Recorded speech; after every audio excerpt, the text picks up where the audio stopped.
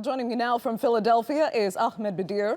He is a Florida delegate to the convention for Bernie Sanders, and from New York is adjunct associate research scholar at Columbia University, Lincoln Mitchell. Thanks both so much for joining us.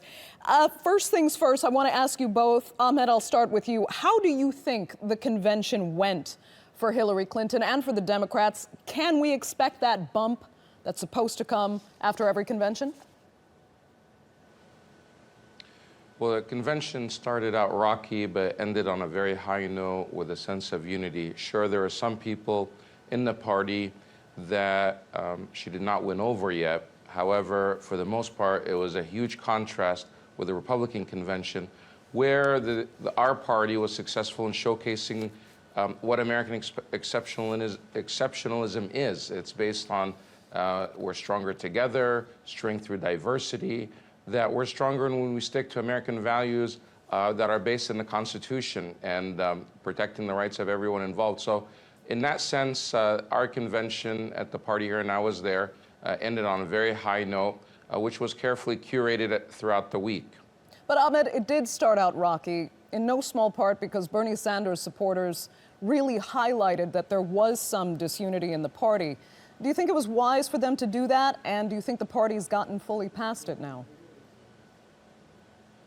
Well, we can't blame the Bernie delegates for what happened. After all along, Bernie supporters have felt that the party was tilting the scales towards Hillary, that they were working against Bernie. And the WikiLeaks, the email scandal that came out just a few days before the convention started, proved that.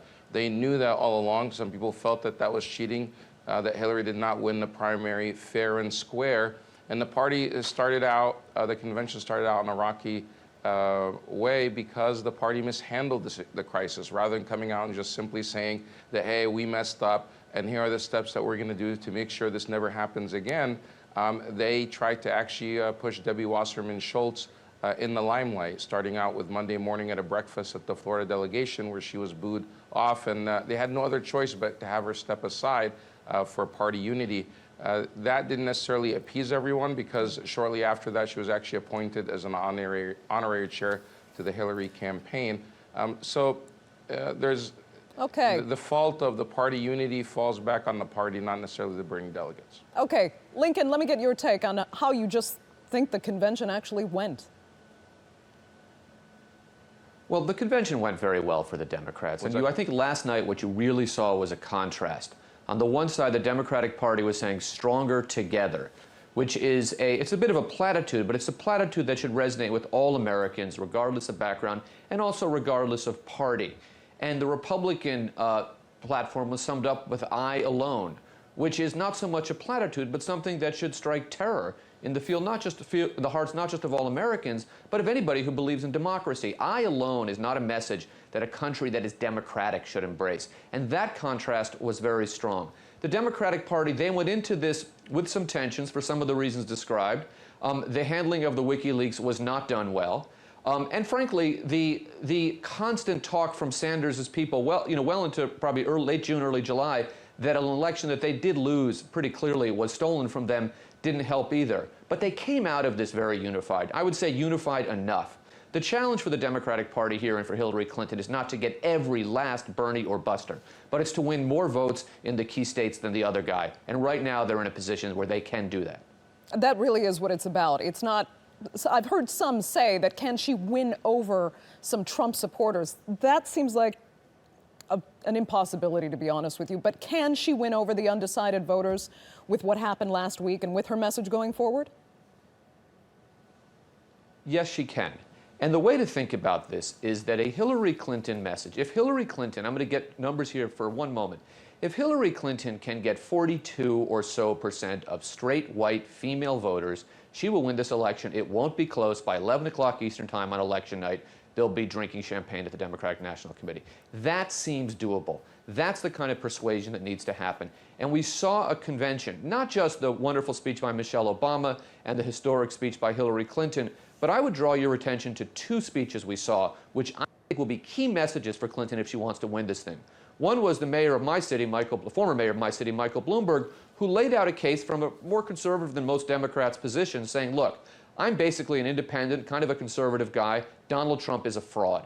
And he made that case clearly, coming from a real billionaire who really has built and run a good business and who really has governing experience. And he laid it out very clearly.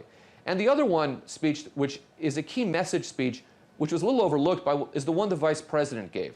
Joe Biden, in American politics, is the guy who puts his arm around the 35-year-old right-winger mouthing off in the bar in an avuncular way and says, son, you're full of crap. And Joe Biden's stories about middle-class America, about the background from which he comes, really does resonate with a lot of those white middle-class, lower middle-class voters who are with Trump in big numbers. And Hillary doesn't have to win those votes. She has to peel away some. And the messaging in Biden's speech is the messaging that will do that. It won't be just Joe Biden. It'll be the commercials. It'll be the other surrogates. It'll be the social media. But that's what we will begin to see going forward. And if she does that, she has a real shot at winning this. Okay, Ahmed, let me ask you, do you worry at all about the so-called statement voters, the Bernie or bust people who may decide to either not cast their vote at all or cast some kind of moral vote, the way we saw Ralph Nader supporters do back in 2000 that actually cost Al Gore the election? Well, that is obviously a concern. And, you know, at the party, there was a lot of talk about Donald Trump and fear of Donald Trump and how he's unqualified. And in any other election year, Donald Trump should not even stand a chance. He's not qualified to run for president or to be president. And Hillary Clinton, on paper and her credentials, she's probably the most qualified person to ever run and be ready for president. But the mood in the electorate is different this year. It's an anti-establishment year. She shouldn't be having a hard time to be able, or the race should not be this close. So she's going to need, Hillary Clinton and our party is going to need every single voter to be able to vote for her, especially in those swing states. Florida, the state that I'm from, Ohio, Virginia, Pennsylvania, North Carolina, those states are really critical. And she's going to have to not only worry about the fear of Donald Trump and how crazy he is, but actually earn the votes of those people in those states. And that's going to include some of the people that were supporting Bernie Sanders, but it's also going to include independents and possibly some Republicans as well. And she's going to have to do that by earning their votes. And what's working against her is her unfavorability rating. There are some people that just simply don't like Hillary Clinton for whatever reason. She's been in the spotlight for so long, has been under attack for so many years. People feel like she's part of the establishment in a year where establishment politics is not really favored. Okay, Lincoln, I'd just like to get some final words from you before we wrap up based on what Ahmed's take was. Well, one thing I would say is that every year in American politics, and if you go back and do the archival history, you'll see this at least going back to 1976, is framed to the electorate as an outsider year. Now, Hillary Clinton is a consummate insider. She's the establishment candidate. There's no possible doubt about that. But she can win in this year. 1968, 1976, 1980, 1992, 2000, 2008. These are years that were all described as outsider years. An insider candidate, and in many of those years, an insider candidate won. Hillary Clinton's challenge with the Sanders supporters is the following.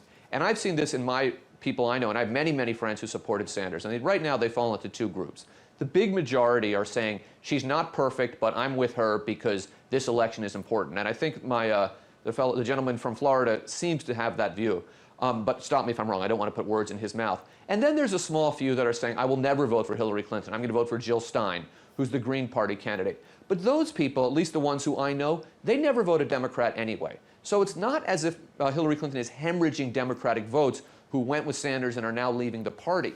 She has not as successful as she might perhaps like to be in bringing those independents, those Greens, those others on the kind of left-wing activist place into the Democratic Party.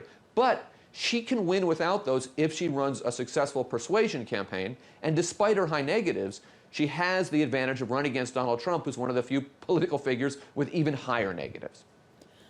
One question, though. Have these conventions, with a rogue candidate like Donald Trump versus the first female candidate in U.S. history, changed U.S. politics? Lincoln, go ahead. The Democratic convention has not changed U.S. politics other than the historic nature of Hillary Clinton's campaign. This is a standard Democratic convention. You know, all the stars are out, all the heavyweights make good speeches, the party is unified at the end, and they go forward. The Republican convention was something we've never seen before. Most of the major Republican heavyweights avoided the convention. The man who came in number 2 gave a speech where he pointedly did not endorse the nominee. And we saw a roster of, kind of B-level celebrities, political has-beens, having what might generously describe, I'm trying to say this objectively, what might generously be described as kind of temper tantrums, fear-mongering from the stage.